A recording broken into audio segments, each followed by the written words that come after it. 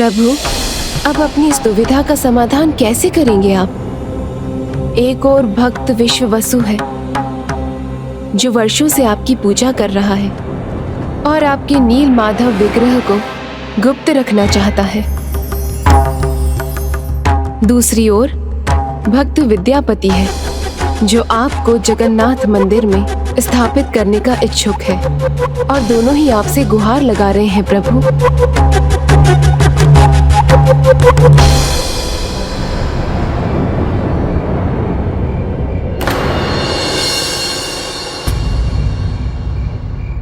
यहां से तो आगे जाने का कोई मार्ग ही नहीं है। किस दिशा में जाऊं मैं? हे प्रभु, मुझे मार्ग दिखाइए।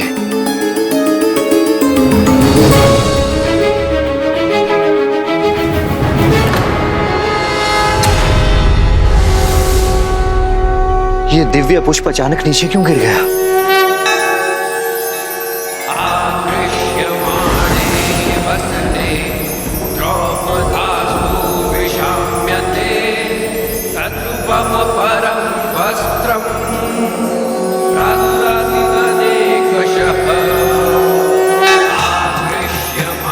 हे नील माधव प्रभु, इसी प्रकार अपने दिव्य प्रकाश की ज्योति से इस स्थान को प्रकाशित करने की कृपा कीजिए।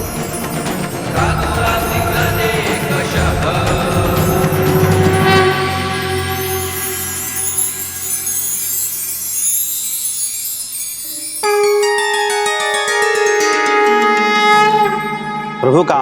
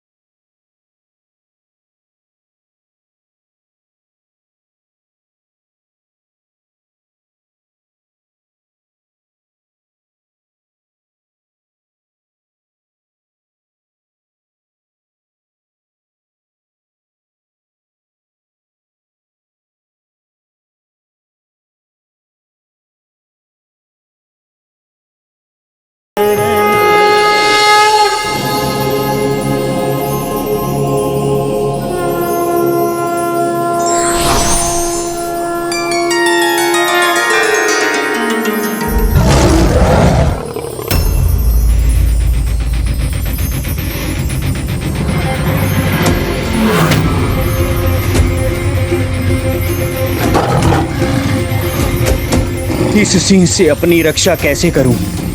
और कहीं जाने का स्थान नहीं है और सामने ये सिंह है।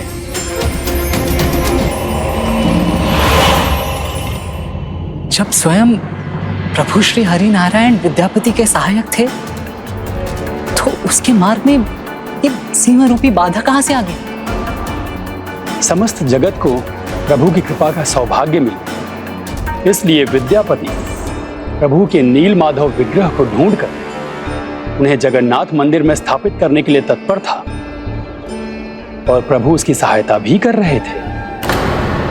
फिर ये परिस्थिति क्यों प्रकट हुई? क्योंकि कठिन बाधाओं को पार करने से ही योग्यता का प्रमाण मिलता है। और यहाँ विद्यापति को यह चुनाव करना था कि वो आगे बढ़ेगा, इन कठिनाइयों से जूझकर अपनी योग्यता का प्रमाण देगा, या फिर यहां से भागना मूर्खता होगी। यदि आगे बढ़ा तो प्राण जाएंगे, और यदि बच गया तो प्रभु अवश्य मिलेंगे। अर्थात दोनों ही परिस्थितियों में प्रभु मिलेंगे।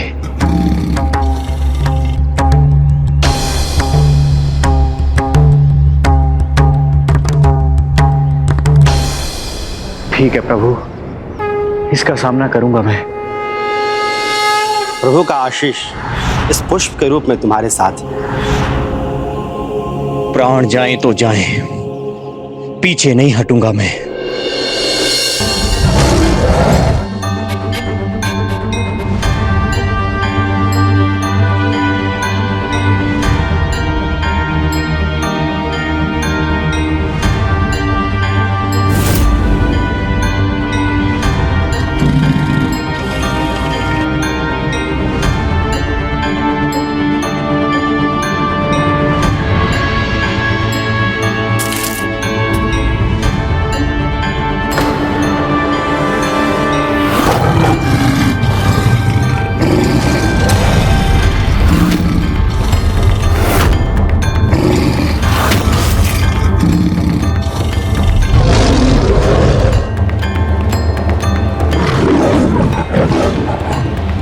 जो भी हो, इसका सामना करूंगा मैं।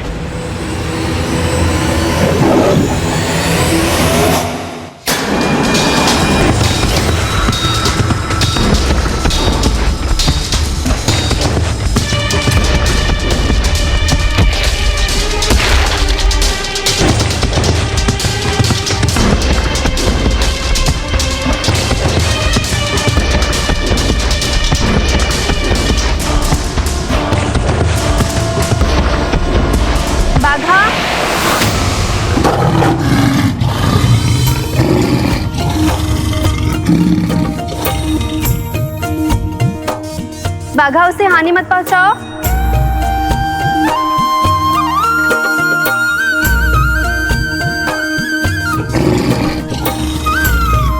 तो हारने वाला सिंह ये मधुर स्वर सुन के रुक गया। आश्चर्य है।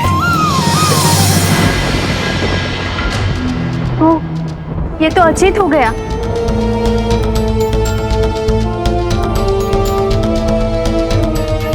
उठो, आंखें खोलो।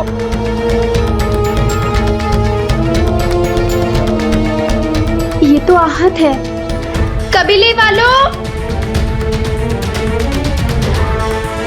चोट लगी है, कबीले ले जाओ, औषधि देनी होगी इसे। क्या हुआ, रुक क्यों गए?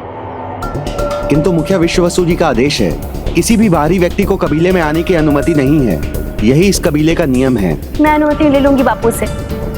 मैं जो कह रही हूँ वो करो अभी।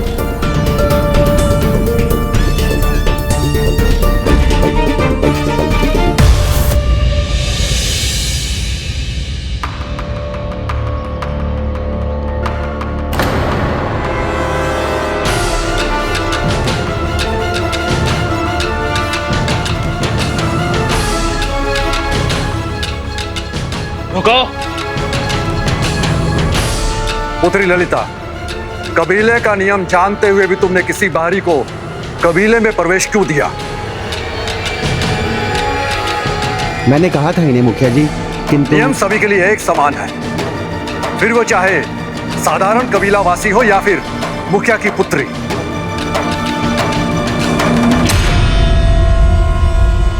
नियम मैं भी जानती हूँ बापू, पर मानवता से बड़ा होता है क्या ये नियम? एक आहत और अचेत मनुष्य को इस अवस्था में छोड़ देती, यह तो पाप होता ना। और हम प्रभु नील माधव के भक्त ऐसा पाप कैसे कर सकते हैं? बापू, आप ही ने बताया ना कि पशु पक्षी सब हमारे ही परिवार है। ये संपूर्ण जगत प्रभु नील माधव की संतान है, तो उनके एक संतान को, उनके एक अंश को कष्ट में छोड़ना, ये तो स्वयं प्रभु नील माधव को कष्ट में छोड़ने समान है ना। और प्रभु नील माधव के भक्त ऐसा पाप कैसे कर सकते हैं? तुमने उचित कहा पुत्री। हमारे प्रभु कभी हमारा साथ नहीं छोड़ते तो हम अपनी संतान का साथ कैसे छोड़ सकते हैं? हम मानवता के परम धर्म से कैसे विमुख हो सकते हैं? पुत्री, तुम इन्हें भीतर ले जाओ, मैं इनके घाव पर औषधि लगा देता हूं।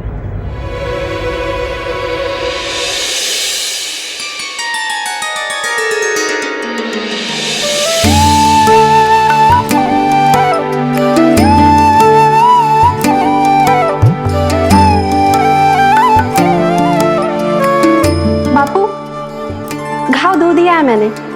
उचित है पुत्र, मैं औषधि लगा देता हूं।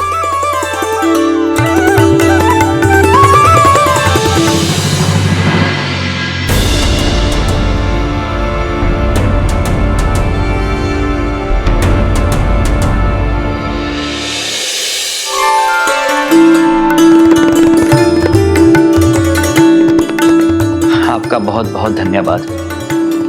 आपने मेरी देखभाल की, किंतु मुझे ज्ञात है आप यहाँ बाहर से किसी को आने की अनुमति नहीं देते, अतः अब मुझे यहाँ से प्रस्थान करना चाहिए।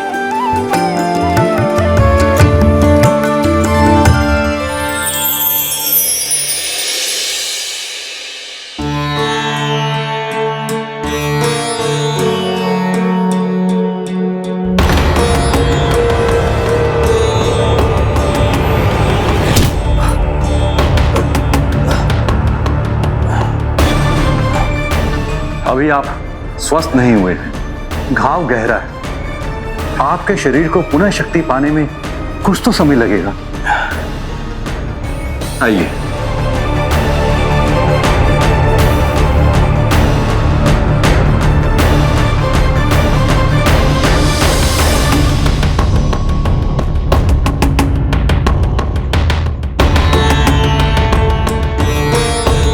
बापू, क्या हम इन्हें एक दो दिन के लिए यहाँ रख सकते हैं? हम प्रभु नील माधव के भक्त ऐसा पाप कैसे कर सकते हैं? प्रभु कृपा करना, यदि यहाँ रहने का अवसर मिला तो आपके दर्शन अवश्य हो जाएंगे। इनको यहाँ रहने की, स्वस्थ होने की अनुमति दे सकता हूं मैं, किंतु इन्हें अपना पूर्ण परिचय देना होगा। पूर्ण परिचय? आप देखने में तो कोई राजपुरुष लगते हैं, यहां क्यों आए हैं आप? वन के इस भाग में जहां भटक कर कोई नहीं आता है। यदि मैंने इन्हें सत्य बता दिया तो इनसे प्रभु के विग्रह को लेकर कुछ ज्ञात नहीं कर सकूंगा। अपितु तब तो मुझे ये किसी ऐसे स्थान पर ले जाकर छोड़ देंगे जहां से यहां लौटने का मार्ग भी न मिल सके। शांत रहना उचित नहीं है। आपके उत्तर की प्रतीक्षा में हूं। कहिए, कौन है आप? नाम क्या है आपका? विद्यापति। आपका परिवार? कहां से आए हैं आप? मेरा परिवार नहीं है।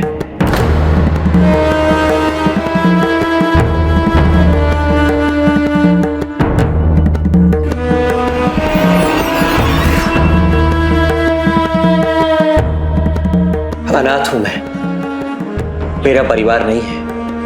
यहां भटकते हुए पहुंच गया। इस ही ने मेरे ऊपर आक्रमण कर दिया, तो आपकी पुत्री ने मेरे ऊपर दया करके मेरे प्राणों की रक्षा की। मैं आपका बहुत आभारी हूं। मैं अब आपको और कष्ट नहीं दे सकता। ये प्रभु श्री हरि नारायण का ही आशीर्वाद है जो मेरी भेंट आपसे हुई। किंतु यदि आपको मेरे ऊपर संदेह है तो मैं एक क्षण के लिए भी आपके ऊपर भार नहीं बनूंगा। नहीं, अतिथि हैं आप। आपके स्वस्थ होने तक आप यही रहिए। फिर मैं आपको जंगल के बाहर भिजवा दूंगा।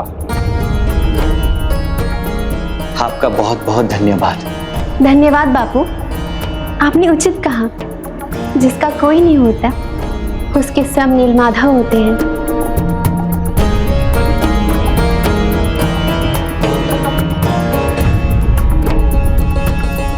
आप विश्राम कीजिए।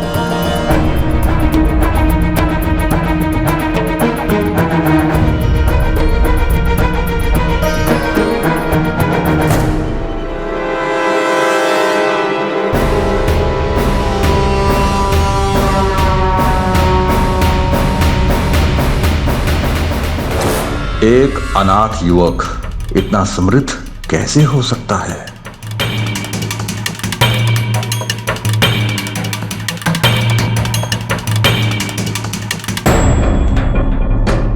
धन्यवाद प्रभु। अब यहाँ रहकर मैं शीघ्र प्रभु नीलमाधव के विग्रह को लेकर सब कुछ ज्ञात कर लूंगा। क्या हुआ प्रभु? कार्य भले ही धर्म का, किंतु उसमें भी असत्य का कोई स्थान नहीं। नीलमाधव के पवित्र क्षेत्र में पहुंचकर जो उसकी सहायता कर रहे हैं उनसे असत्य कहा है विद्यापति ने। ये पाप। तो क्या इस कारण वो अपने उद्देश्य में असफल हो जाएगा? पाप हो या पुण्य, फल तो दोनों का ही मिलता है देवी।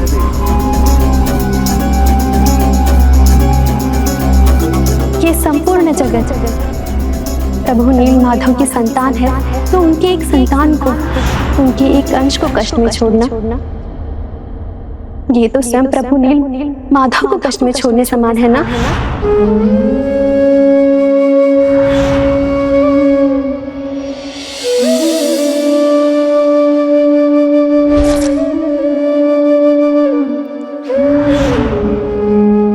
भले लोग हैं ये, कहीं मैं इनसे असत्य कहकर अनुचित तो नहीं कर रहा हूं ना? हे प्रभु, मैं इस बात का निर्णय नहीं कर पा रहा हूं। मुझे तो बस इतना ज्ञात है कि भैया अंजल का त्याग कर प्रभु की प्रतीक्षा में पलकें बिछाए होंगे। जब जगन्नाथ मंदिर में प्रभु स्थापित होंगे तभी उनको शांति मिलेगी, और प्रभु नीलमाधव का विग्रह श्री जगन्नाथ मंदिर में स्थापित होना आवश्यक है, तभी सभी को आशीर्वाद मिलेगा। इसलिए अप्रिय होने के बाद भी अभी तो मुझे असत्य का साथ पाकर ही सत्य को जानना होगा। कौन सा सत्य जानना चाहते हैं आप?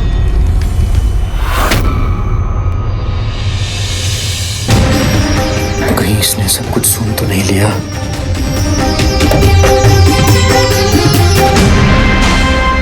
वो मैं तो आप मैं बताती हूँ। आपके मन में जो प्रश्न है,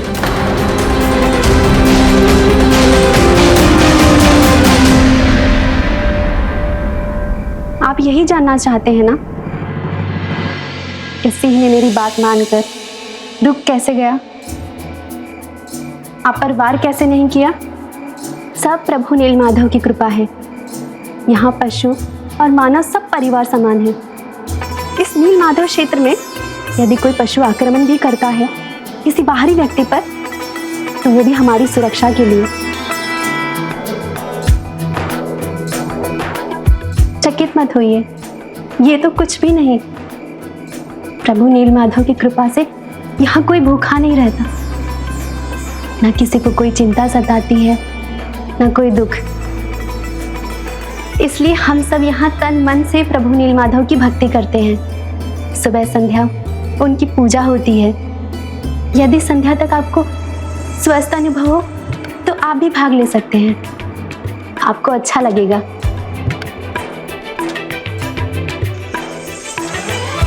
क्या हुआ?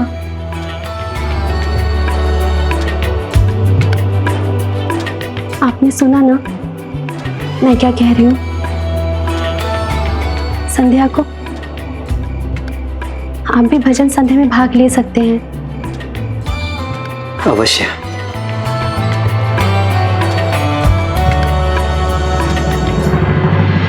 किसी बाहरी व्यक्ति को यहाँ पर रखना उचित है क्या? हाँ हाँ, संदेह तो मुझे भी है उस पर। अनाथ पथिक नहीं लगता। विश्वास करना कठिन है, किंतु ये संध्या भजन का समय है, चर्चा का नहीं।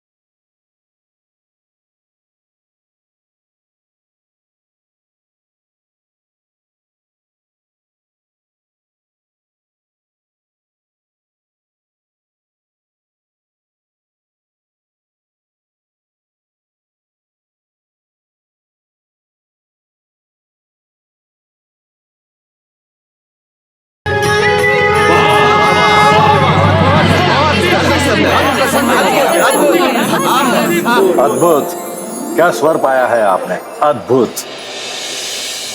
भक्तों का मन जीतने का यदि कोई उपाय है, वो भक्ति ही है।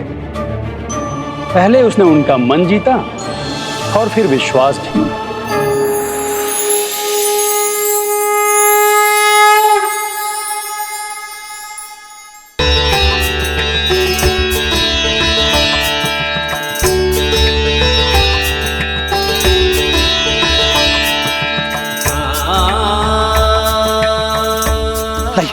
इसे मैं पहुंचा देता हूँ। लाइए लाइए।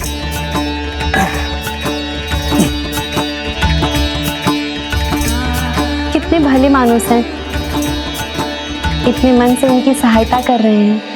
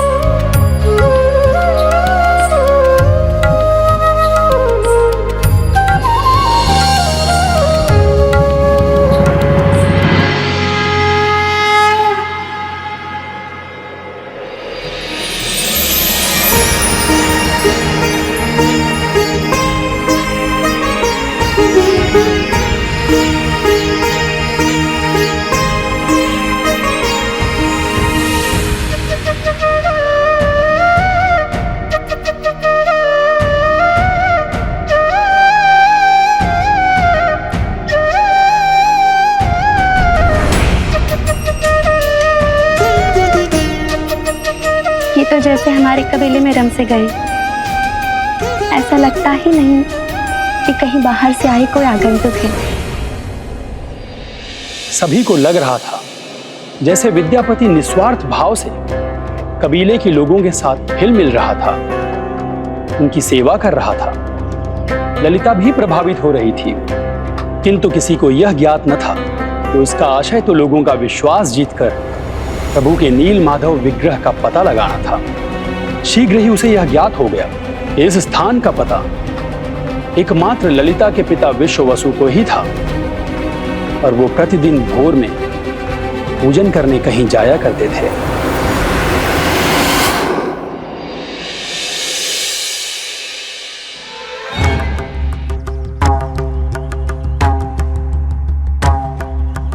आज तो मैं प्रभु नील माधव के विग्रह का रहस्य ज्ञात कर ही लूंगा। कौन है? चिंता मत कीजिए, मैं हूँ। नहीं, वो मैं देख। मुझे ज्ञात है आप यही जानना चाहते हैं ना कि बापू इतने भोर में कहाँ जा रहे हैं। कितना निर्मल, कितना निर्दोष मन है इसका, जो मेरे कपट को भी मेरी स्वाभाविक उत्सुकता मान रही है। वो प्रतिदिन इस समय प्रभु नील माधव की पूजा के लिए जाते हैं, वही जा रहे हैं। और मैंने तो सुना है कि जब वो वहाँ पूजा करते हैं तो देवता भी उनकी पूजा और दर्शन के लिए वहाँ आते हैं।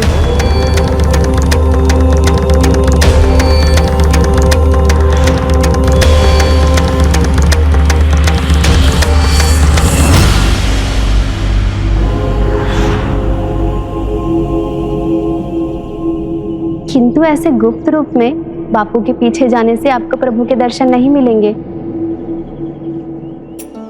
वहां तो केवल बापू की आज्ञा से ही जाया जा सकता है, और बापू उससे ही अनुमति देते हैं जो कोई कबीले का सदस्य हो। तो ये है प्रभु नील माधव के दर्शन का उपाय। आइए बैठिए, मुझे आपके घाव की स्थिति देखने दीजिए।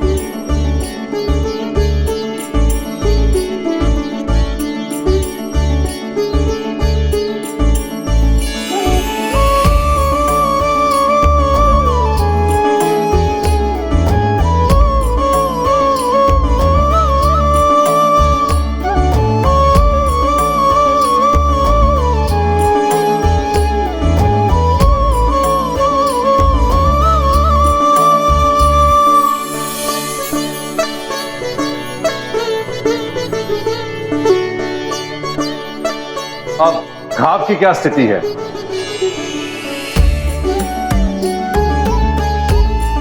मुझे लग रहा है भर गया।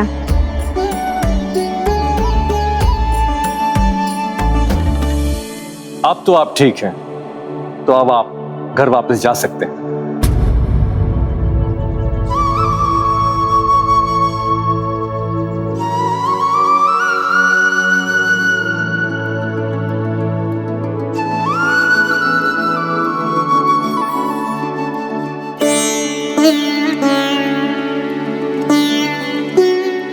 उचित है, मैं कल भोर होते ही यहां से चला जाऊंगा।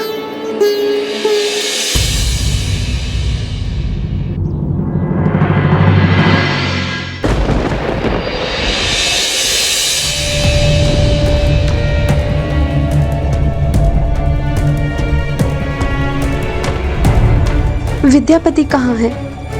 वो क्यों नहीं आए?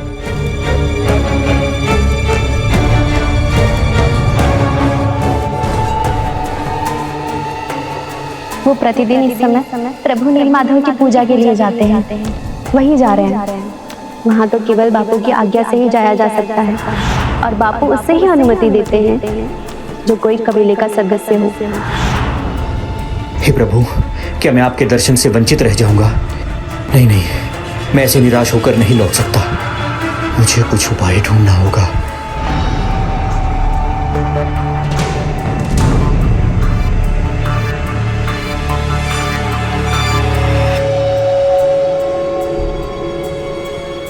कल विद्यापति जी लौट रहे हैं, तो आज का भजन गान तो उन्हीं को करना चाहिए। किंतु वो है कहाँ? मैं देख के आती हूँ।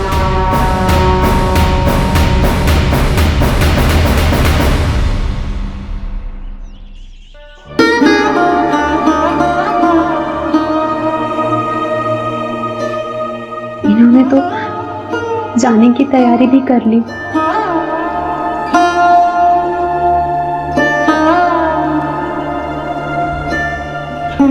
आप तो कल भोर में जाने वाले थे ना? बाहर सब आपकी प्रतीक्षा कर रहे हैं। भजन संध्या का समय कैसे भूल गए आप? सब आपके स्वर में भजन सुनना चाहते हैं। क्या हुआ? अभी जाना आवश्यक है क्या? जाना कौन चाहता है ललिता? सभी से इतना लगाव जो हो गया है, इसीलिए बिना किसी से मिले ही जा रहा था। आपसे जुड़ा तो यहाँ हम सभी को हो गया है। आपसे विदा लेना तो हमारे लिए भी कठिन हो गया है। तुमने मुझे इतना स्नेह दिया, मेरी इतनी सेवा की, तुमसे दूर होने का विचार ही मन को बहुत पीड़ा दे रहा है।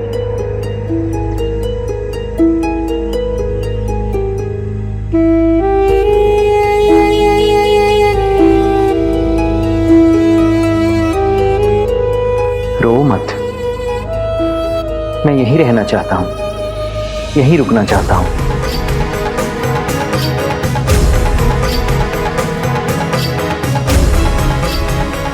तुम्हारे साथ। हाँ ललिता, मैं तुमसे विवाह करना चाहता हूं, मैं तुमसे विवाह करना चाहता हूं।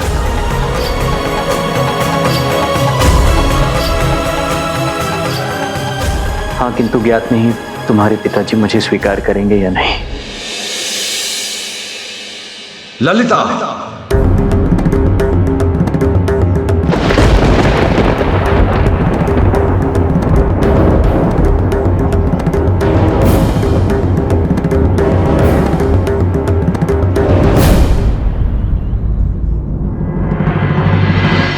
क्या विद्यापति जी ने सत्य कहा था? वो वास्तव में ललिता से प्रेम करने लगे थे या ये भी उनकी कोई योजना थी?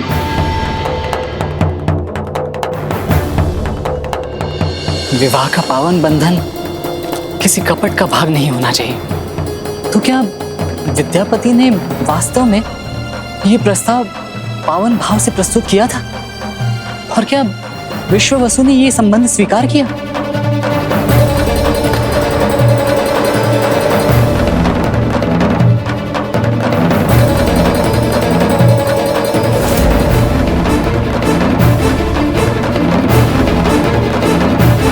बताइए ना प्रभु, क्या ललिता के पिता विश्ववसु के अनुमति से उन दोनों का विवाह संपन्न हुआ? मुखिया का दायित्व होता है कि वो अपने समाज को साथ लेकर चले। समाज का अपने मुखिया पर विश्वास ही उसे मुखिया बनाता है। ललिता भले ही विश्ववसु की पुत्री थी, किंतु मुखिया होने के नाते वो ललिता और विद्यापति के विवाह का निर्णय कबीले की सभा में करना चाहते थे। कबीले के वरिष्ठ सदस्यों से परामर्श कर चुका हूं और सभी की एक ही चिंता है, नियमों का भंग होना आरंभ होता है तो फिर उसकी कोई सीमा नहीं रहती। किसी बाहरी को कबीले के भीतर आने देकर एक नियम हम पहले ही भंग कर चुके हैं,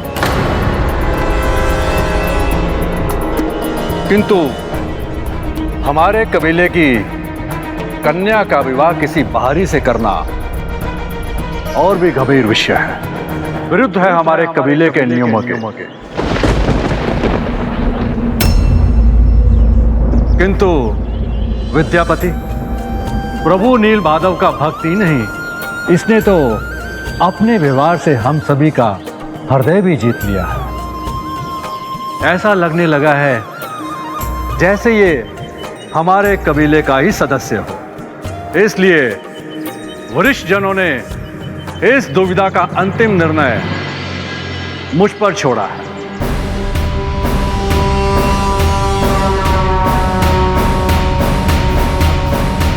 मेरा निर्णय निर्भर करता है उस प्रश्न के उत्तर पर जो मैं विद्यापति से पूछने वाला हूं। क्या मेरी पुत्री ललिता के लिए तुम्हारा प्रेम सच्चा है विद्यापति?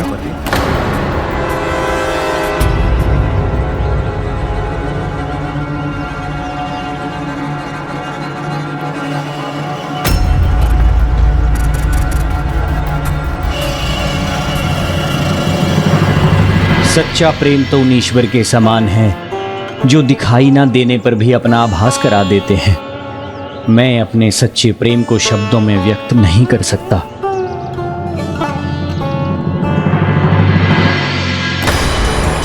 क्योंकि एक ओर है ललिता के प्रति मेरा अटूट प्रेम और दूसरी ओर है प्रभु के प्रति मेरी अपार भक्ति। क्या करूं? ना मैं ललिता को धोखा देना चाहता हूं, ना ही प्रभु कार्य के अपने कर्तव्य से पीछे हटना चाहता हूं।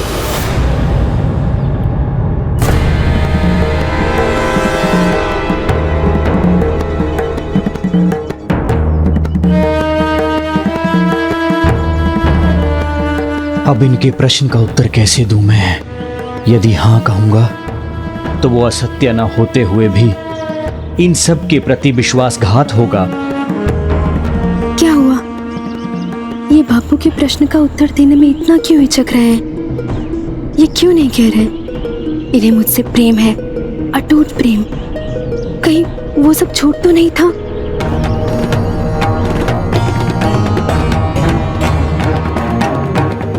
उत्तर दो विद्यापति।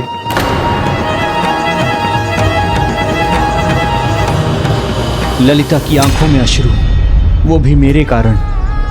ये मेरे लिए असहनीय है।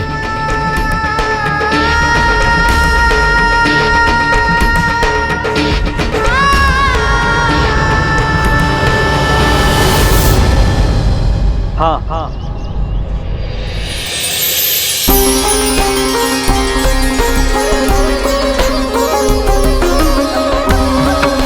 ललिता के लिए मेरा प्रेम उतना ही सच्चा है जितनी प्रभु कृष्ण के लिए मेरी भक्ति।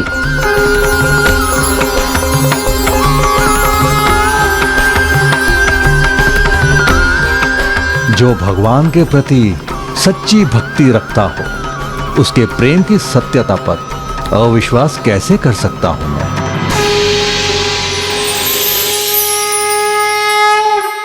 मैं इन दोनों के विवाह की अनुमति देता हूं। बधाई हो। अब इस विवाह का उत्सव धूमधाम से होगा। अब तो तुम हम में से एक हो गए हो। बधाई हो विद्यापति, बधाई हो। इस विवाह का उत्सव बड़ी धूमधाम से होगा।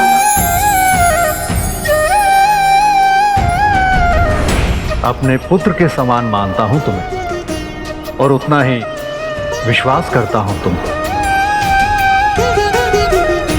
और जानता भी कि तुम मुझे कभी निराश नहीं करोगे।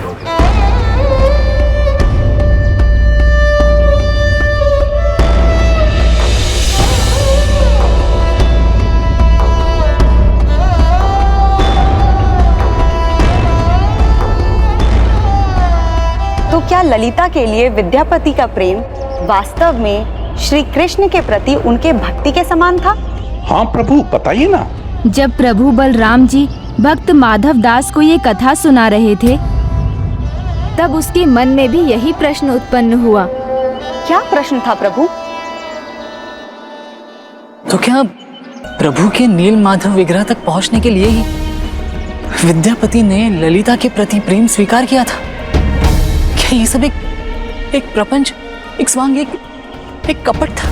ये सत्य है। विद्यापति वहां नील माधव विग्रह को ढूंढने के लिए ही पहुंचा था, किंतु ये भी सत्य है कि उसे ललिता से सच्चा प्रेम भी हो गया था।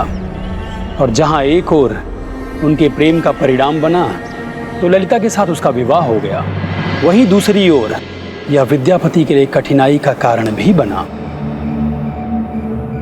मैं कितना सौभाग्यशाली हूँ जो मुझे तुम जैसी अपूर्व सुंदरी का पति बनने का सौभाग्य प्राप्त हुआ।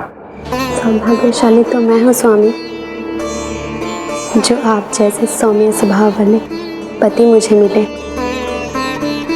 आपने कबीले की वेशभूषा अपनाई, हमारे कबीले का भाग्य बन गया। बापू की इच्छा से ही प्रभु नीलमाधव के दर्शन मिल सकते हैं, और बापू उससे ही अनुमति देते हैं जो कोई कबीले का सदस्य हो। अर्थात अब मेरे प्रभु नील माधव के दर्शन करने में कोई बाधा नहीं, तो भैया को भी अधिक प्रतीक्षा नहीं करनी होगी। मुझे शीघ्र अवसर पाकर प्रभु नील माधव के विग्रह को पुरी पहुंचाना होगा। ललिता के लिए मेरा प्रेम उतना ही सच्चा है जितनी प्रभु कृष्ण के लिए मेरी भक्ति। जो भगवान के प्रति सच्ची भक्ति रखता हो उसके प्रेम की सत्यता पर अविश्वास कैसे कर सकता हूँ? किंतु मैं जो सोच रहा हूँ वो ललिता को कितना हत करेगा। कबीले में सभी के सामने मैंने इसके प्रति अपना प्रेम स्वीकार किया था और अब मैं इसे धोखा देने जा रहा हूँ। अपने पुत्र के समान मानता हूँ तुम और उतना ही विश्वास करता हूँ तुम,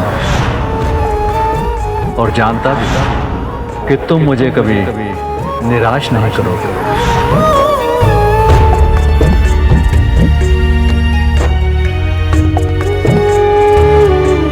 वो कबीले के सामने। अच्छा पहले तुम कहो ना। आपने उस दिन जो कुछ कबीले के सामने कहा था ना, मेरा हृदय तृप्त हो गया था। मुझे बहुत अच्छा लगा था।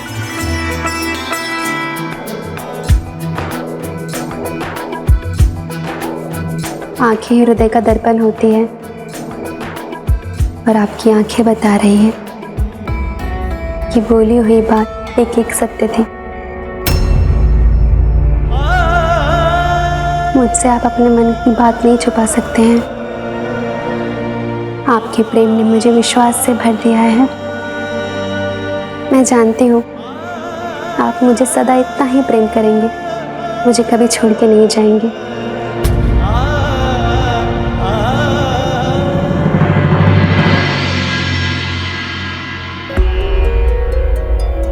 नहीं जाएंगे ना?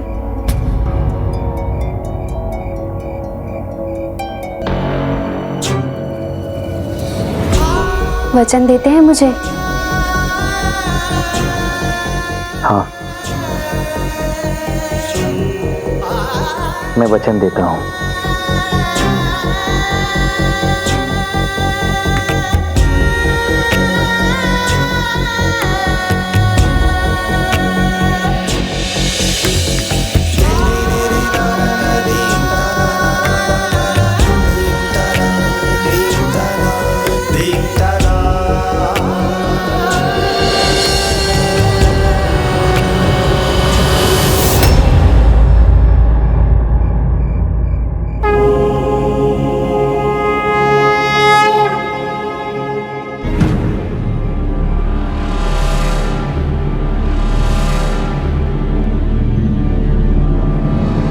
राजन, मैं अत्यंत निराश हूँ।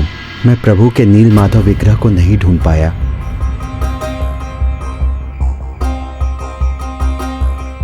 चिंता न करें, विद्यापति एवं 2 अन्य पंडित अभी लौटे नहीं। मुझे अपने अनुज विद्यापति के वचन पर पूर्ण विश्वास है। वो हर अवस्था में प्रभु के विग्रह के साथ अवश्य लौटेगा। इसलिए आप खाली हाथ लौटने पर निराश ना हो।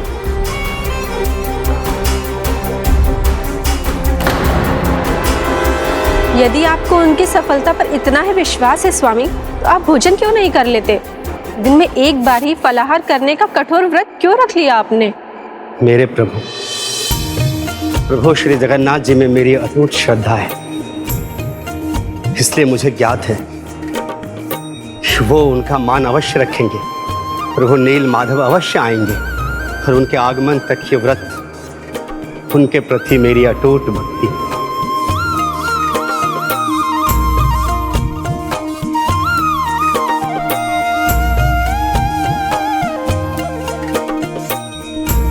भक्ति और श्रद्धा दोनों एक दूसरे को पूर्णता देते हैं। उचित कहा इंद्रद्युम्न ने। भक्ति में श्रद्धा का भाव न हो तो भक्ति नहीं, और श्रद्धा भी भक्ति बिना पूर्ण नहीं। किंतु प्रभु, आपके इस भक्त को उसकी भक्ति और श्रद्धा का फल प्राप्त होगा? ये तो विद्यापति पर ही निर्भर करेगा ना देवी। इसकी श्रद्धा किसके प्रति अधिक है, अपनी पत्नी के प्रेम के प्रति या अपने अग्रज द्वारा दिए गए कार्य के प्रति?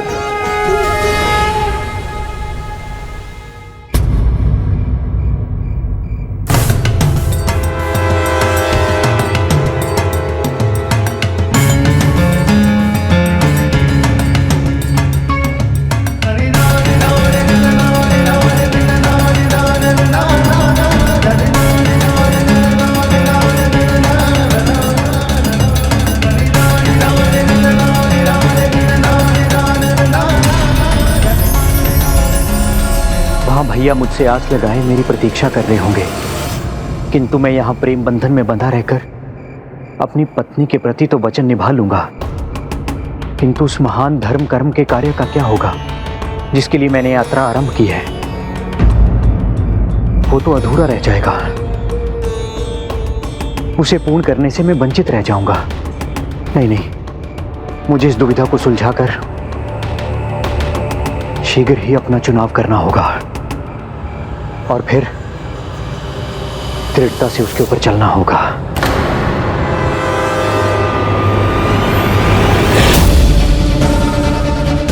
मैं जानती हूँ आप मुझे सदा इतना ही प्रेम करेंगे, मुझे कभी छोड़ के नहीं जाएंगे।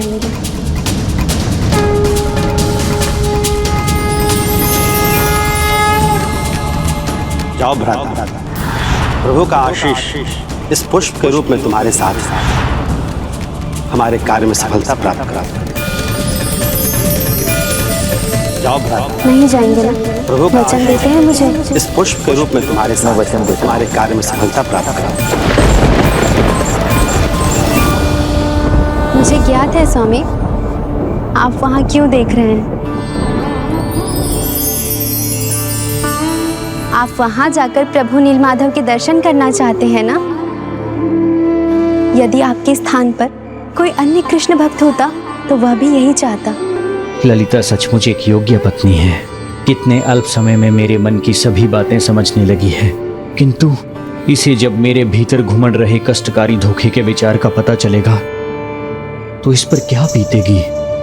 चिंता मत कीजिए स्वामी, अब तो आप हमारे कबीले के भाग बन चुके हैं, तो बापू आपको एक ना एक दिन प्रभु नीलमाधव के दर्शन अवश्य कराएंगे। आप अपनी इच्छा उनके समक्ष अवश्य रखिए। उचित कह रही है ये। इससे पहले कि मैं अपना चुनाव करूं, ये तो ज्ञात कर लूं कि प्रभु नीलमाधव कहाँ हैं।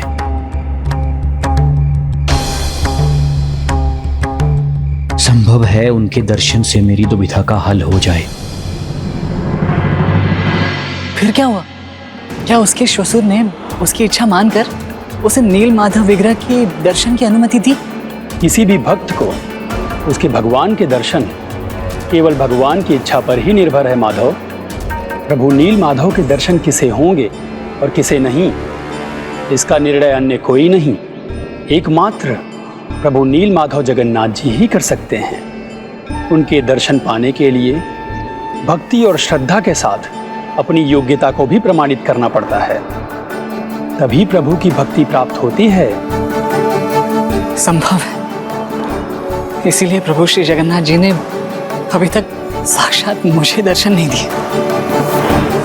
मुझे भी भक्ति और श्रद्धा से उनका कृपा पात्र बनना होगा। संभव है।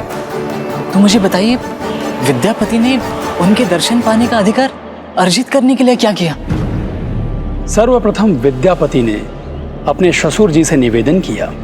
आप जो कहेंगे मैं करूंगा, बस मुझे एक बार प्रभु नीलमाधव के दर्शन का सुख पा लेने दीजिए। आप मेरी जो भी परीक्षा लेना चाहते हैं ले लीजिए। प्रभु दर्शन के लिए मैं किसी भी परीक्षा के लिए तैयार हूं। मेरे जमाता हो तुम और इस कबीले के सदस्य भी, इसलिए प्रभु नीलमाधव के दर्शन से मैं तुम्हें वंचित कैसे रख सकता हूं।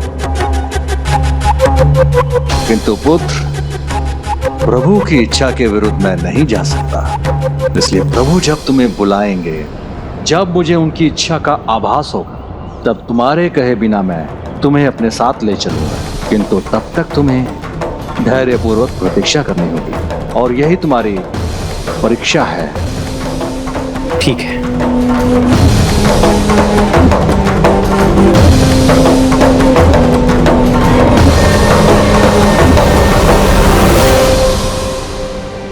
तो इस दिन से प्रभु कृपा पाने के लिए प्रतिदिन भोर में प्रभु नीलमाधव की पूजा के लिए पुष्प एकत्रित करता और उनके दर्शन पाने के लिए अपने ससुर के मार्ग में खड़ा हो जाता था।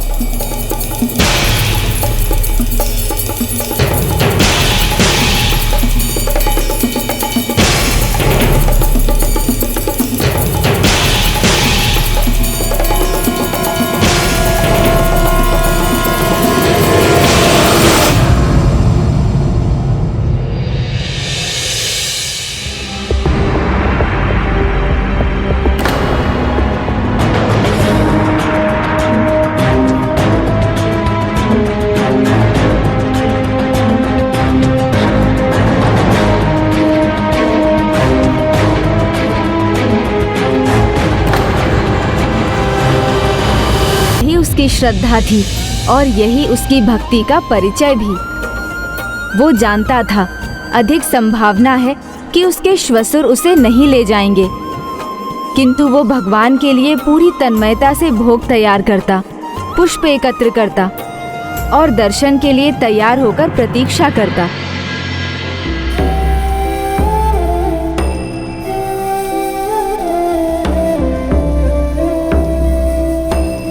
देर हो गई स्वामी, आज सोएंगे नहीं क्या? नहीं, मैं खीर बनाने के लिए दूध तैयार कर रहा हूं। मेरी इच्छा है कि कल पिताजी प्रभु को भोग में खीर प्रस्तुत करें। मुझे ज्ञात है स्वामी, आप इस बात से दुखी है ना कि बापू अभी तक आपको प्रभु नील माधव के दर्शन के लिए नहीं ले गए। तुम चिंता मत करो प्रिय, संभव है अभी वो मुझे बाहर का व्यक्ति ही मानते हैं। नहीं नहीं, ऐसा नहीं है। तो फिर उन्हें मुझ पर विश्वास क्यों नहीं है? बात तुम पर विश्वास की नहीं है पुत्र।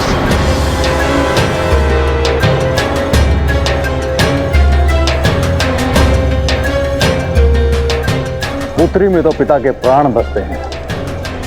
मैंने अपनी पुत्री रूप में तुम्हें अपने प्राणों को सौंपा है। ये बिना विश्वास के कैसे संभव था? स्मरण करो, तुम्हारे विवाह के दिन क्या कहा था मैंने? अपने पुत्र के समान मानता हूं तुम्हें और उतना ही विश्वास करता हूं तुम पर। तुम्हारे जैसा दामाद मिलना मेरे लिए सौभाग्य की बात है। कभी भी छोटी सी भूल नहीं की तुमने, मुझे निराश होने का अवसर नहीं दिया। मुझे ज्ञात है आगे भी तुम कोई भूल नहीं करोगे।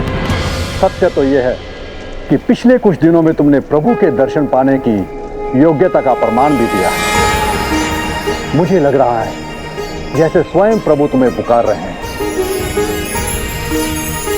मैं कल ही तुम्हें प्रभु नील माधव के दर्शन हेतु ले जाऊंगा।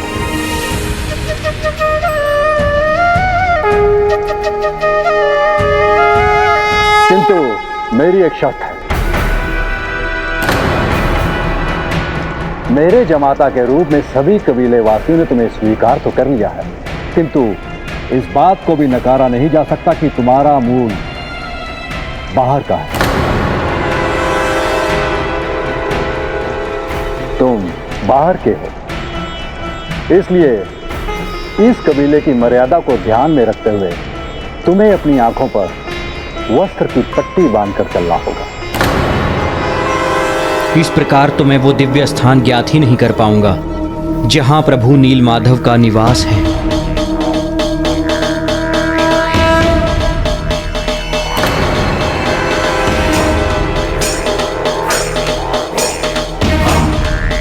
अवश्य पिताजी। मेरे कहे का बुरा मत मानना पुत्र, मैं ये अपने विश्वास के लिए कह रहा हूं। आपको कुछ भी कहने की आवश्यकता नहीं है पिताजी। मैं तो इसी में प्रसन्न हूं कि अंततः मुझे प्रभु के दर्शन प्राप्त होने जा रहे हैं।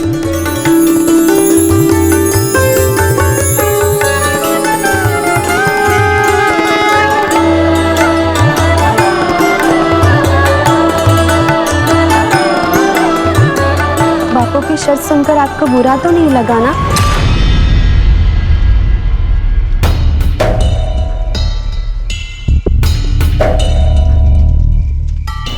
आपका इस प्रकार से कुछ न कहना बहुत कुछ कह रहा है स्वामी। जो उन्होंने कहा उससे सत्य तो स्पष्ट है कि उन्हें अभी भी मुझ पर विश्वास नहीं। ऐसा नहीं है स्वामी, बापू तो केवल इस कबीले की मर्यादा और नियम की बात कर रहे थे।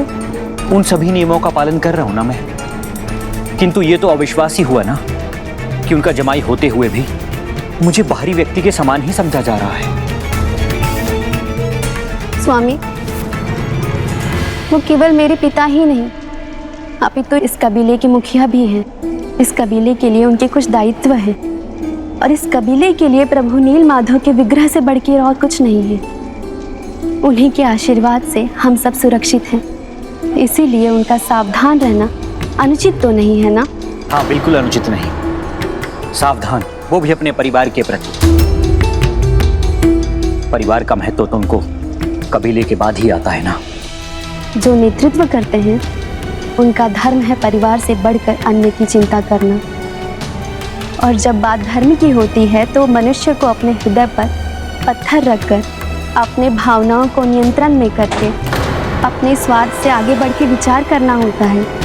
तभी स्थिति स्पष्ट होती है और व्यक्ति उचित निर्णय ले पाता है।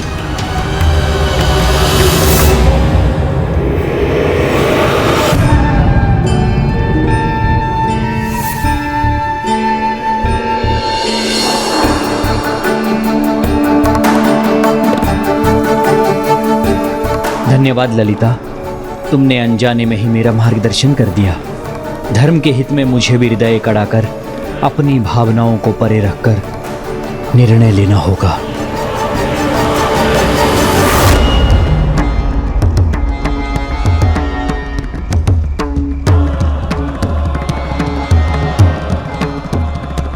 मुझे भी धर्म के लिए अपने परिवार और अपने प्रेम से बढ़कर जगत कल्याण के बारे में सोचना होगा। और जगत कल्याण तो इसी में है कि प्रभु नील माधव विग्रह श्री जगन्नाथ मंदिर में पहुंच सके, ताकि संसार को उनका आशीर्वाद मिल सके। अंततः विद्यापति ने इसका निर्णय ले ही लिया कि वो कौन से पथ पर चलने वाला था, और इसीलिए उसने अगले सुबह के लिए योजना बना ली।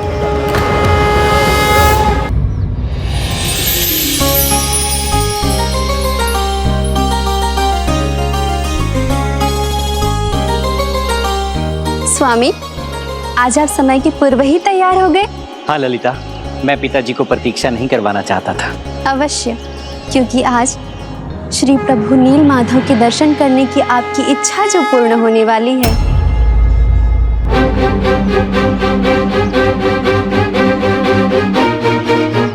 प्रणाम। कल्याण हो। एक बार फिर मैं अपनी शर्त के लिए तुमसे माफी मांगता हूँ। आपको क्षमा मांगने की कोई आवश्यकता नहीं है पिताजी। आप जो कर रहे हैं सर्वथा उचित है।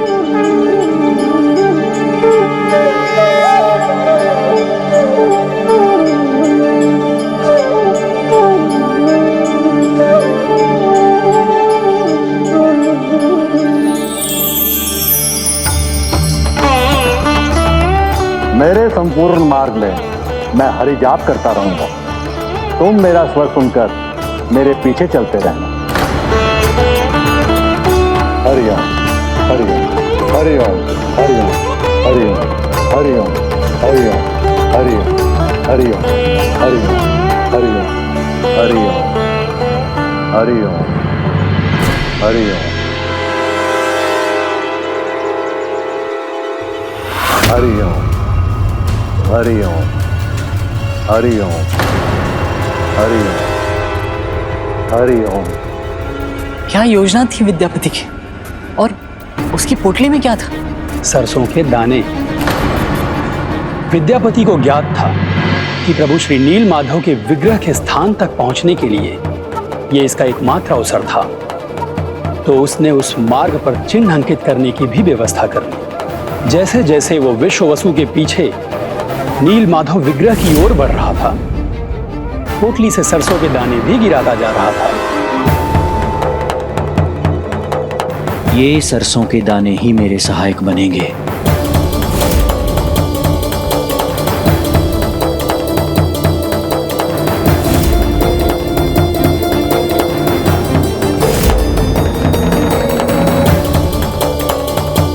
मेरी आंखें बंद हैं, फिर भी एक नीले दिव्य प्रकाश के दर्शन हो रहे हैं मुझे। प्रभु की दिव्यता का आभास हो रहा है मुझे। अवश्य ही हम उनके निकट पहुंच गए हैं। हाँ पुत्र, अब हम निकट हैं।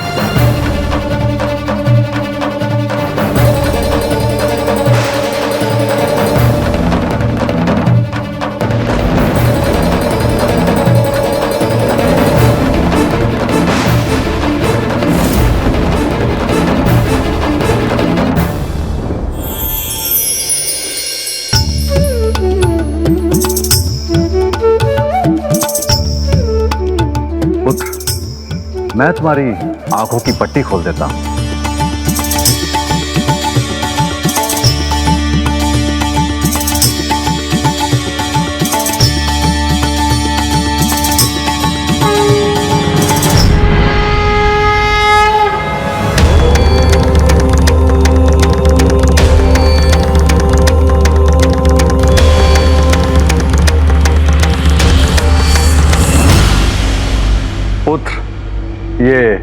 रोहिणी सरोवर है। वो सरोवर जिसमें सच्चे मन से भक्ति में डूबने वाले को बैकुंठ धाम जाने का सौभाग्य प्राप्त होता है। सत्य है, किंतु ये तुम्हें कैसे ज्ञात है? ये तुम्हें कैसे ज्ञात है?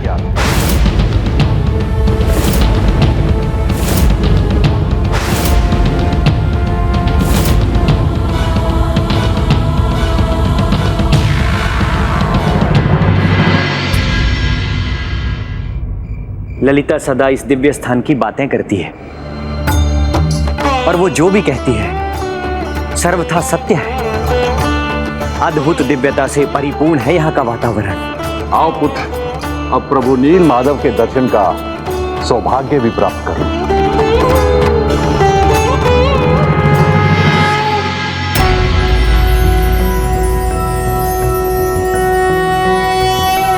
ॐ खड्गं चक्रगदेषु चापपरिघात्रशूलं भुशुण्डिं शिरः शङ्खं सन्दधतिं करैस्त्रिनयनां सर्वभूषावृतां नीलाश्वधुतिमास्य पाददशकां सेवे महाकालिकां। यही है हमारे प्रभु नील माधव। कमलजो हन्तुं मधुं कैटभम्।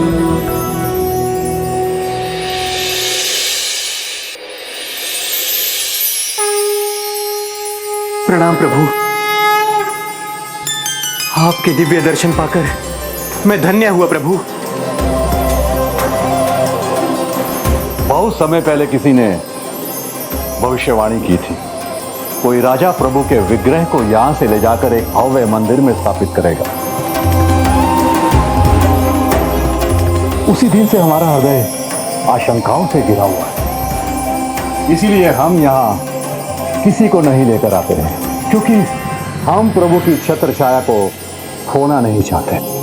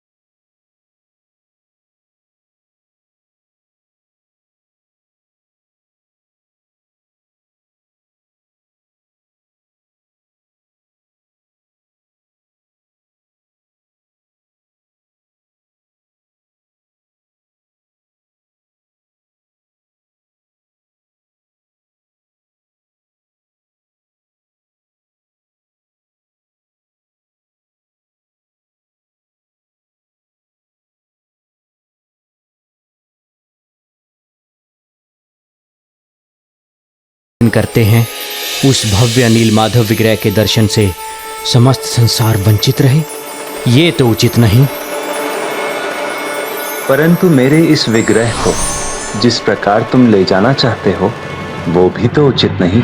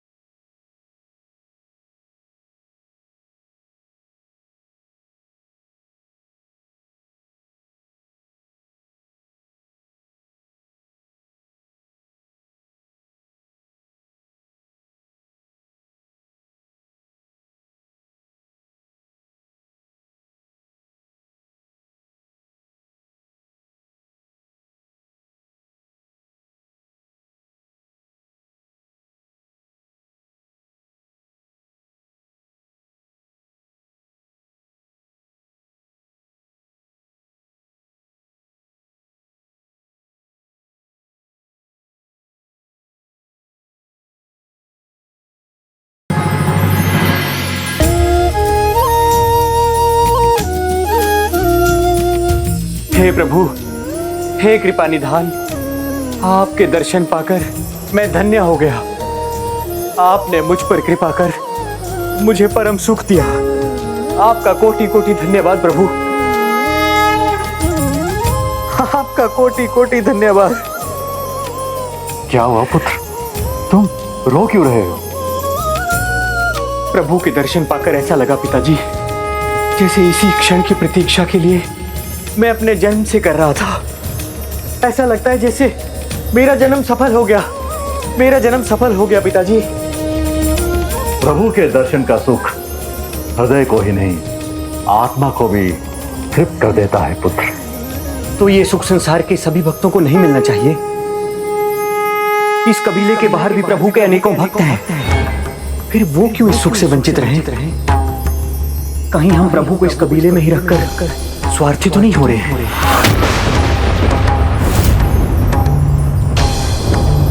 पुत्र, ऐसे शब्द ना कहो जिससे मुझे लगे जैसे तुम्हें यहां लाकर मैंने कोई भूल कर दी। अपने स्वार्थ से परे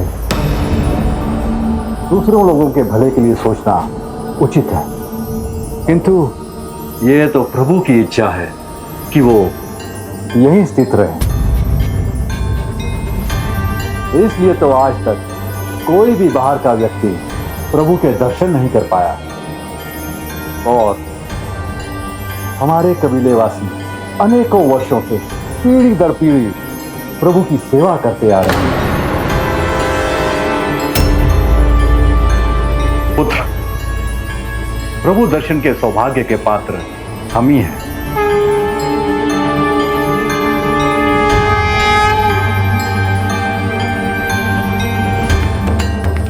भगवान पर तो सबका अधिकार है, वो तो सभी के हैं। उनके आशीर्वाद से संसार वंचित रहे, ये उचित कैसे हो सकता है? क्या हुआ पुत्र, प्रभु के दर्शन से अभिभूत हो ऐसे ही खड़े रहोगे या प्रभु को भोग भी लगाओगे? हाँ हाँ पिताजी, अवश्य।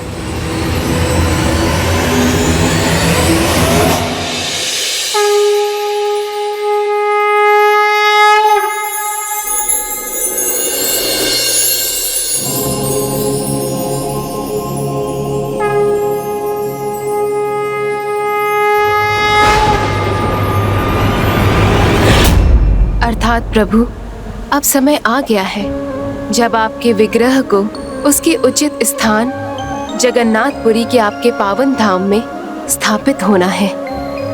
समय तो आ गया है प्रिय, किंतु किसी कार्य में छल का कोई स्थान नहीं होना चाहिए। धर्म का कार्य तो उचित मार्ग पर चलकर ही संपन्न होना चाहिए।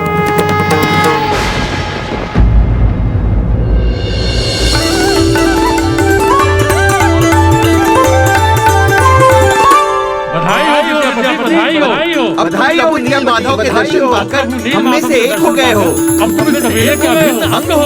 बधाई हो विद्यापति, बधाई हो। आप अब इस कबीले के अभिन्न अंग हो। आप सभी का बहुत बहुत धन्यवाद। लीजिए प्रसाद लीजिए।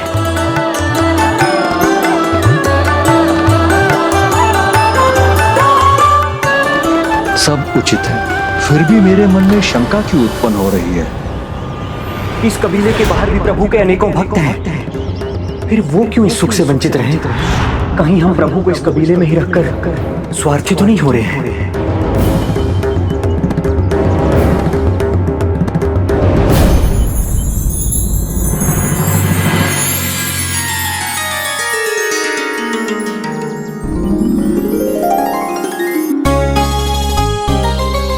लो प्रिय, प्रसाद लो।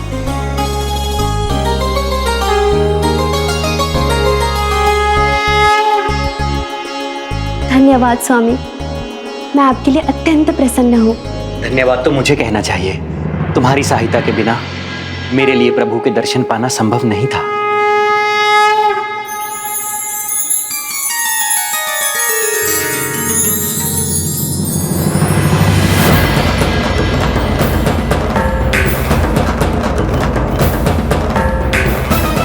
प्रिय, मैं उस सभी के लिए क्षमा चाहता हूँ जो मैंने आज किया है और जो मैं भविष्य में करने वाला हूँ। अब वो क्या करना चाहता था गणेश जी? हाँ प्रभु बताइए ना। वो गुप्त रूप से वहाँ से प्रभु का विग्रह उठाकर ले जाना चाहता था। अर्थात प्रभु के विग्रह को चोरी से ले जाने की योजना बना रहा था वो। अब उसे प्रतीक्षा थी उसके द्वारा बिखेरे गए सरसों के बीजों के पौधे बनने की, जिन्हें देखकर वो प्रभु नील माधव के विग्रह तक पहुंच सके।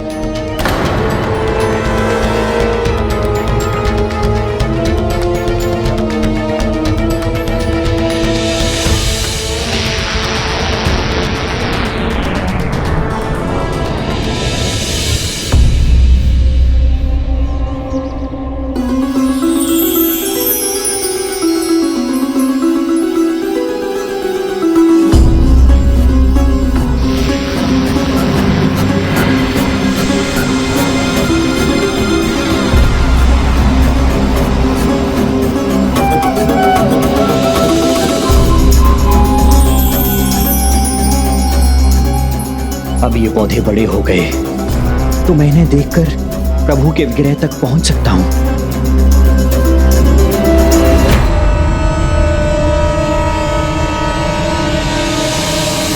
मैं जानती हूँ स्वामी, आप खड़े खड़े मन में क्या योजना बना रहे हैं।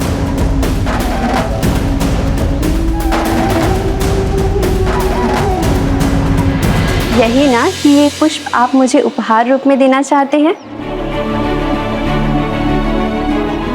हाँ अवश्य। तुमने एक बार पुनः मेरे मन की बात पढ़ ली। किंतु आप जाए उससे पहले मैं आपको कुछ बताना चाहती हूँ। हमारे घर में भी एक नन्हा पुष्प पनप रहा है। लगता है आप मेरे शब्दों का अर्थ नहीं समझे। हम माता पिता बनने वाले हैं। स्वामी, स्वामी तो इतना सुंदर और शुभ समाचार सुने बिना ही चले गए।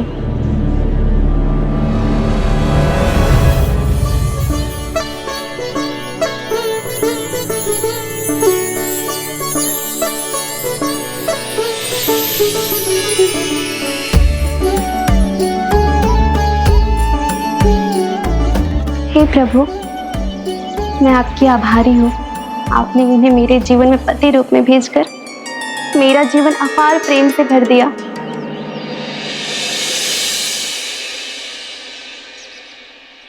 ये पौधे उस दिशा का संकेत दे रहे हैं।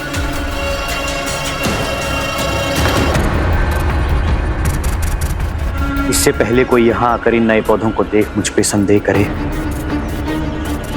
मुझे अपना कार्य पूर्ण कर लेना चाहिए। मैं आज ही प्रभु के विग्रह को लेकर यहां से निकल जाऊंगा, जब कबीले वासी भजन संध्या में व्यस्त होंगे।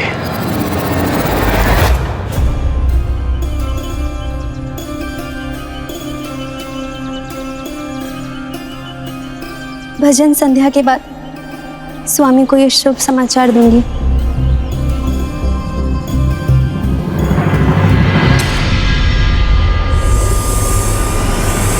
ललिता कूदो।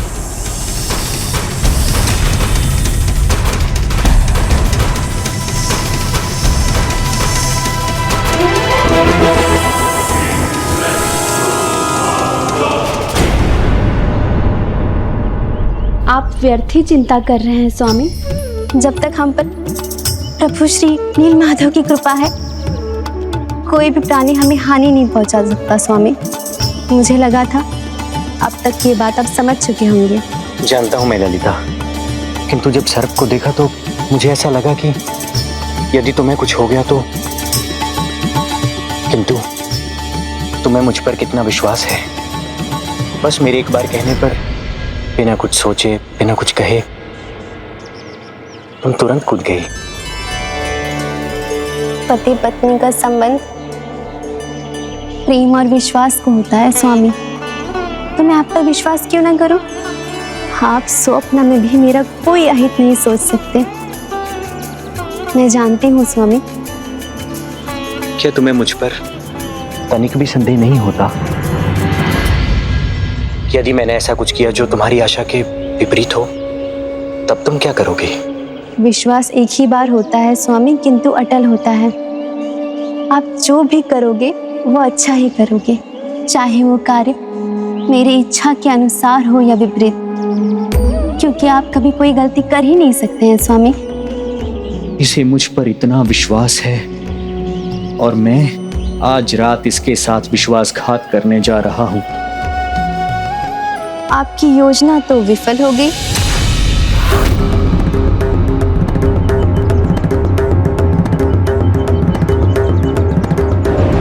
योजना? कैसी योजना?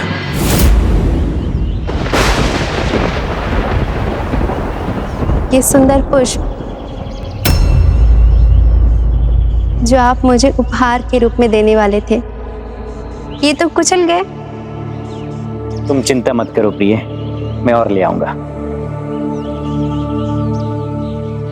आप शीघ्र आइएगा स्वामी, हम सभी आपकी प्रतीक्षा करेंगे। तुमने मुझसे कहा था ना कि तुम्हें मुझ पर पूर्ण विश्वास है। मैं जो भी करूंगा अच्छे के लिए करूंगा।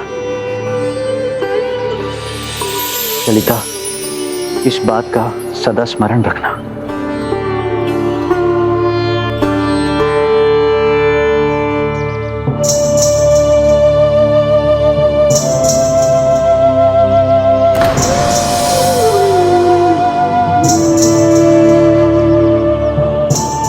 क्षमा करना प्रिय, कदाचित ये अंतिम बार है जब हम दोनों एक दूसरे के साथ हैं।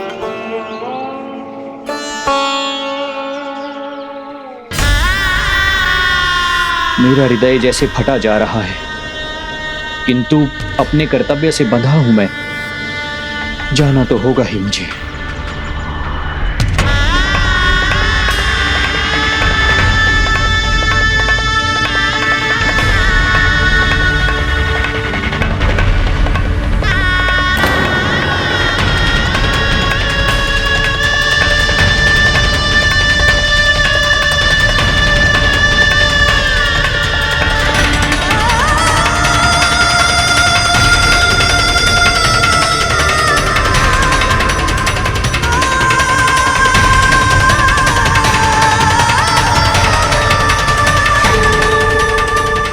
मैं जानती हूँ आप मुझे सदा इतना ही प्रेम करेंगे, मुझे कभी छोड़ के नहीं जाएंगे। अपने पुत्र के समान मानता हूँ तुम्हें और उतना ही विश्वास करता हूँ तुम, और जानता भी कि तुम मुझे कभी निराश नहीं करोगे। आप स्वप्न में भी मेरा कोई अहित नहीं सोच सकते, चाहे वो कार्य मेरी इच्छा के अनुसार हो या विपरीत, क्योंकि आप कभी कोई गलती कर ही नहीं सकते हैं स्वामी।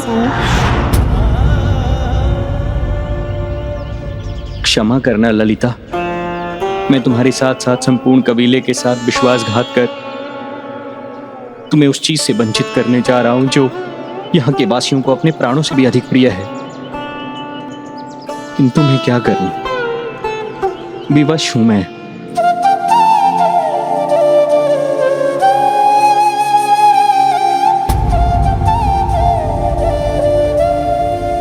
क्या हुआ प्रभु? इस भक्त ने मुझे दुविधा में डाल दिया। क्या करूं इसके साथ?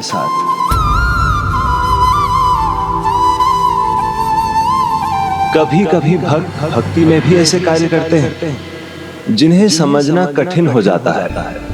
इसके छल के कारण इसे दंड दूं या धर्म कर्म के लिए ये जिस प्रकार निस्वार्थ भाव से अपने परिवार का त्याग कर रहा है, भक्ता नाम निर्वाचन ही चेष्टितम, अर्थात भक्त अपना चुनाव स्वयं ही करता है।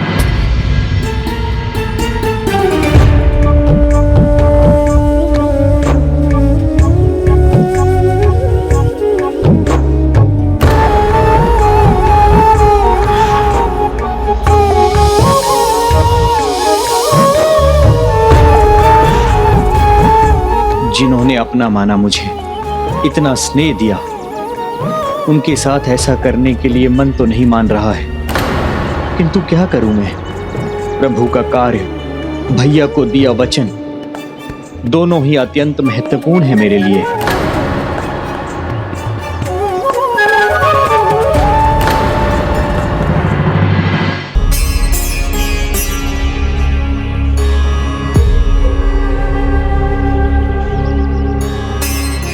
विद्यापति कहाँ है? भजन संध्या में सबसे पहले उपस्थित होने वाला आज सभी से पीछे कैसे रह गया? देखो पुत्री, वो है कहाँ?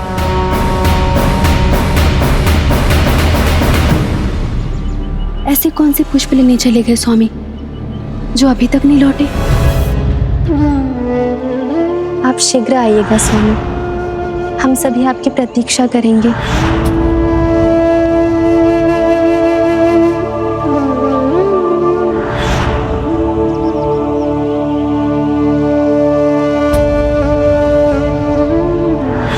उनके जाते समय एक असहनीय पीड़ा का आभास क्यों हुआ था मुझे? पीड़ा कैसी भी हो, कितनी भी हो, अपने पद से पीछे नहीं हटूंगा मैं। विद्यापति जी आज इतनी प्रतीक्षा क्यों करवा रहे हैं? हमें उनके स्वर में भजन गान सुनना है। हाँ, हमें सुनना है भजन गान।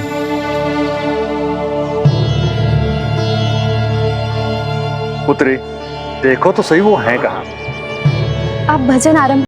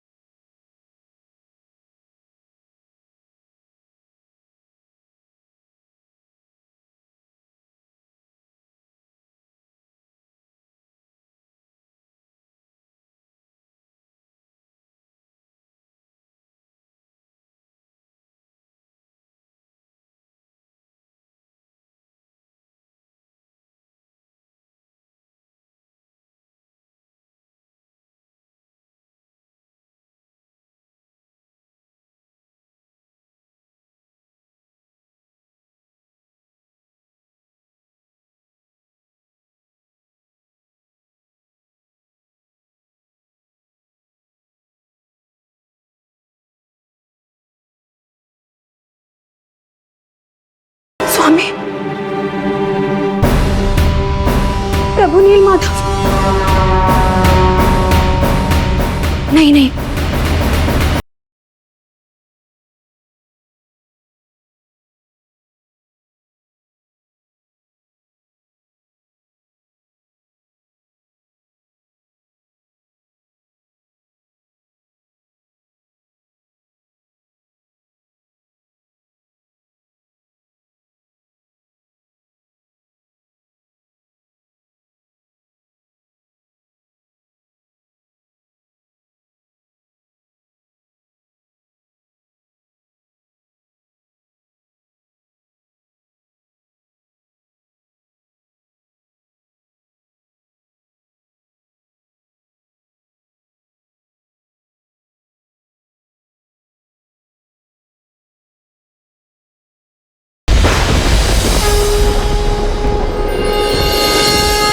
हे प्रभु, जो पाप मैं करने वाला हूं उसका दंड क्या मिलेगा मैं नहीं जानता, किंतु वो जो भी हो उसे मैं स्वीकार करूंगा, क्योंकि सर्व जगत के कल्याण के लिए आपके श्री विग्रह का पुरी के जगन्नाथ मंदिर में स्थापित होना अनिवार्य है। तभी सभी भक्तों को आपका आशीर्वाद मिल सकेगा। मेरे लिए ये अंतिम अनुचित कार्य करना है तो भी मैं इसे करूंगा। मेरे लिए ये अंतिम अनुचित कार्य करना है तो भी मैं इसे करूंगा।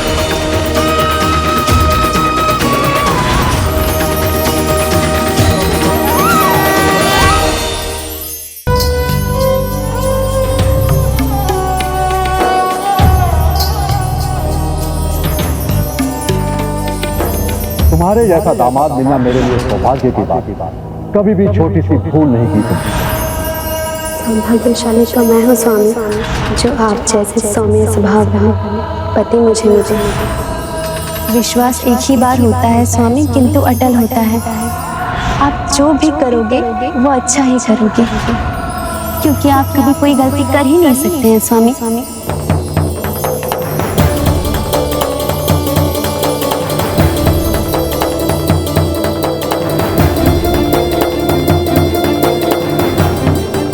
कुछ तो है जो अनुचित है।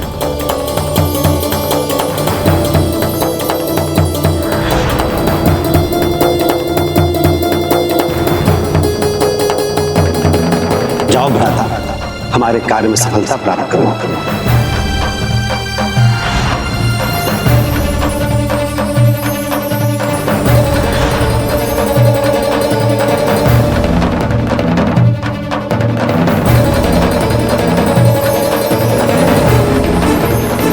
मुझे क्षमा कर दीजिए प्रभु।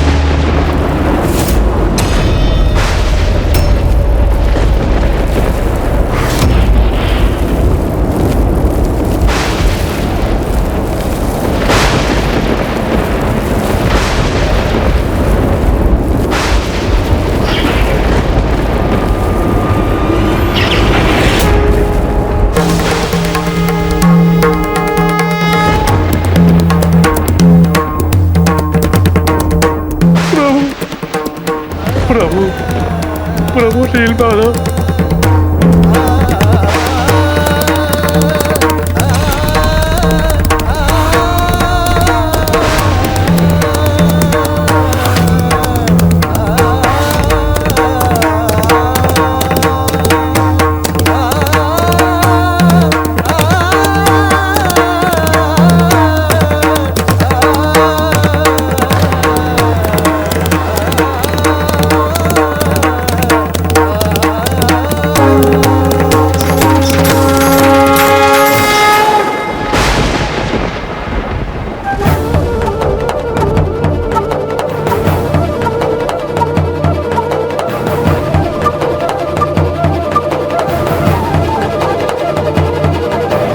संबंध और विश्वास दोनों मित्र होते हैं स्वामी, और संबंध चाहे जैसे भी हो, यदि विश्वास होता है तो संबंध अवश्य पनपता है।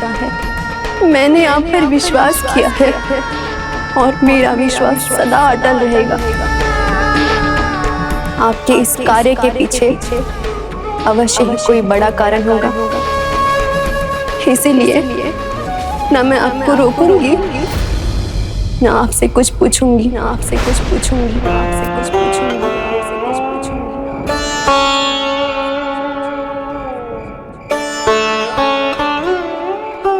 आज मैं पुनः प्रभु को साक्षी मानकर ये कहता हूं कि तुम्हें पत्नी रूप में पाना मेरा सौभाग्य है। तुम्हारे विश्वास को मैं ठेस कदापि नहीं पहुंचाना चाहता, इसलिए मैं तुम्हें आज सब सत्य बताना चाहता हूं। स्वामी, मुझे यही आशा थी कि एक दिन आप स्वयं मुझे सब कुछ बता देंगे। ललिता, प्रिय मैं महाराज इंद्रद्युम्न का अनुज हूं।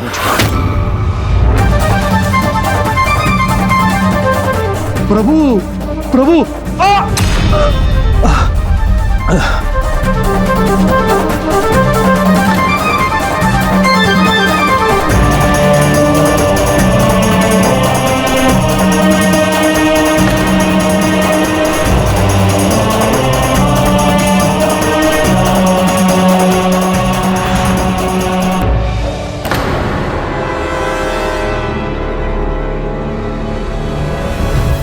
पौधे, इन पौधों की ये श्रृंखला तो प्रभु नील माधव की गुफा तक जा रही है। अर्थात विद्यापति ने ये बीज गिराए थे।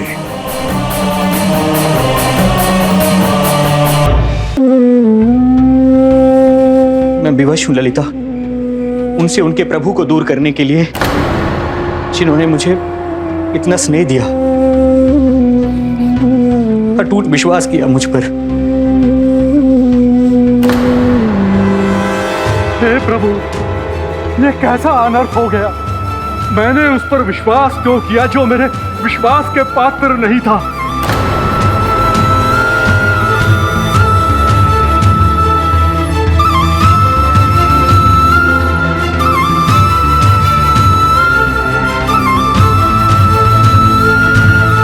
अगर मैं तुम्हें साथ ले जा सकता तो अवश्य ले जाता ललिता। बस स्वामी, आपको ज्ञात है कि मैं आपके साथ नहीं चल सकती हूँ। आपको नहीं रोककर बापू को अवश्य निराश करूंगी, किंतु यदि मैं आपके साथ चली गई तो बापू का हृदय टूट जाएगा, क्योंकि मैं भी इस छल में भागीदार बन जाऊंगी। आप जाइए, कहीं मेरे अंदर की पुत्री और इस कबीले के प्रति मेरी निष्ठा मुझे धिक्कारने लगे और मैं आपको रोकने पर विवश हो जाऊं, उससे पहले आप यहां से चले जाइए।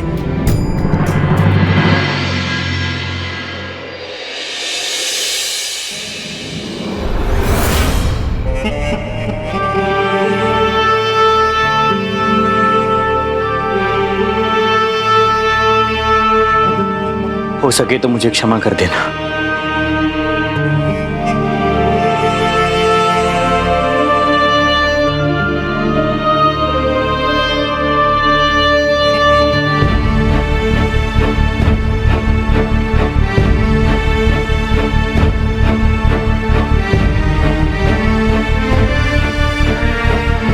विद्यापति, तुम कहीं नहीं जा सकते। हमारे प्रभु को लेकर कहीं नहीं जा सकते। विद्यापति,